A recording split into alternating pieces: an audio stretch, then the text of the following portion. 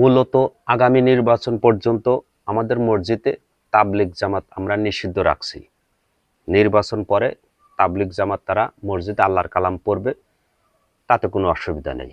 তবে আগামী নির্বাচন পর্যন্ত আমাদের মসজিদে তাবলিগ জামাত নিষিদ্ধ থাকবে। পয়েন্ট আসি, পাঁচ আটার কোনো সুযোগ নাই, কাউকে তেল মারতে আসি নাই। মূল কথা হক হালাল অথেন্টিক, কাটছাট ডাইরেক্ট লাইনে আসি। জ্ঞানীগুণী লোকে গুরুজনের লোকে একটা কথা বলতো, অতি বেশি লম্বা হয় না ঝড়ে মাথা পড়ে যাব, অতি বেশি খাটো হয় না ছাগলে মাথা খাবো। বাংলাদেশের দাওয়াতি প্ল্যাটফর্ম তবলিগ জামাত, বাংলার আনাচে কানাচে অসংখ্য মেহনতি মানুষগুলো আছে।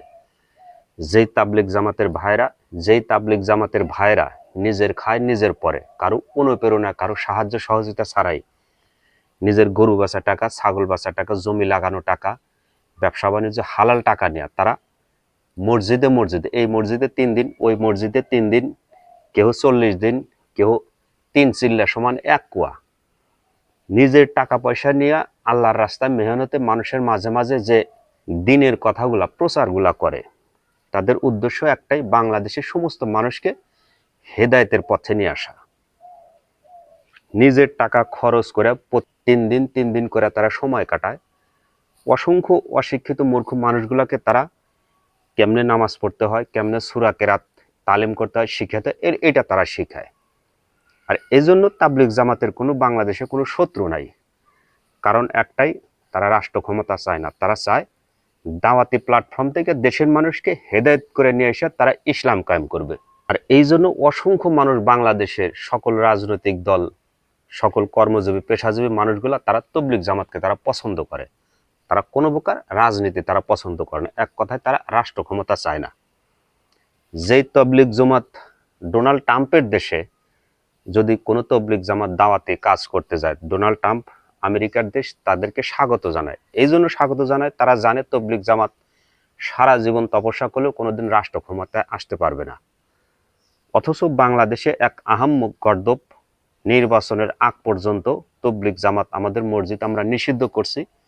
নির্বাচন শেষ হবে, তারপর তারা আল্লাহর কালাম মসজিদে বলবে। পাঁচ আটার কোনো সুযোগ নাই, একটু দলিল দেখাই।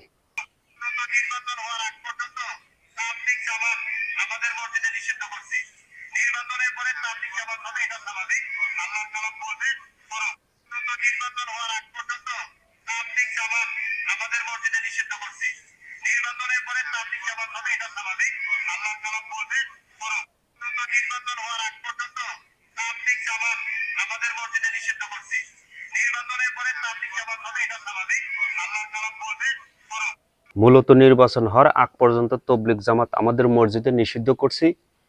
নির্বাচন হওয়ার পর তারপর তারা মসজিদে আল্লাহর কালাম পড়বে, তাতে কোনো সমস্যা নাই। তবে নির্বাচন আগ পর্যন্ত নিষিদ্ধ থাকবে। বিগত 16 বছরে এর চাইতে বড় বড় কুতুব, রাঘব বল, যারা ইসলামের প্রতি জুলুম নির্যাতন দমন পীড়ন করত, তারা মনের ভুলে কখনো তবলিগ জামাতকে নিষিদ্ধ করে নাই। তাদের মধ্যে থেকে অসংখ্য নেতাকর্মী, লিডার, তারা তবলিগ জামাত পছন্দ করত এবং তবলিগ জামাতে যাইত। সারাদিন ধর্মনিরপেক্ষতার পক্ষে কথা বললেও তাদের ভিতরে একটাই ছিল, তারা তবলিগ জামাতে মসজিদে যাইতো।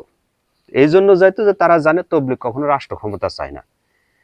সেই মানুষগুলো যখন তবলিগ জামাত নিষিদ্ধ করে নাই, বর্তমানে এক নব্য স্বৈরাচারের প্রকাশ ধরছে, যেই মানুষগুলো তবলিগ জামাত আমাদের মসজিদে নিষিদ্ধ করা হয়েছে। আরে বেটা, তুমি তবলিগ জামাত নিষিদ্ধ করার কেডা? বাড়ার বাল ছিঁড়া সোজা করতে পারবে না, অথচ বড় বড় কথা তবলিগ জামাত আমরা নিষিদ্ধ করছি। এরকম বড় বড় কুতুব বিগত 16 বছরের তর্জন গর্জন হুঙ্কার ছাড়ছে, তারাই যেহেতু এক পর্যায়ে দেশে টিকতে পারল না। 2 প্রকার পাকা হয় মরিবার তরে। যেই দিন বাংলাদেশের জনগণ এরকম ফাউল বক্তব্য দেওয়ার কারণে মুখ ফিরিয়ে নেব, ওই দিন বুঝবে কত ধানে কত চাল। ভালো থাকবেন, সুস্থ থাকবেন, আল্লাহ হাফেজ।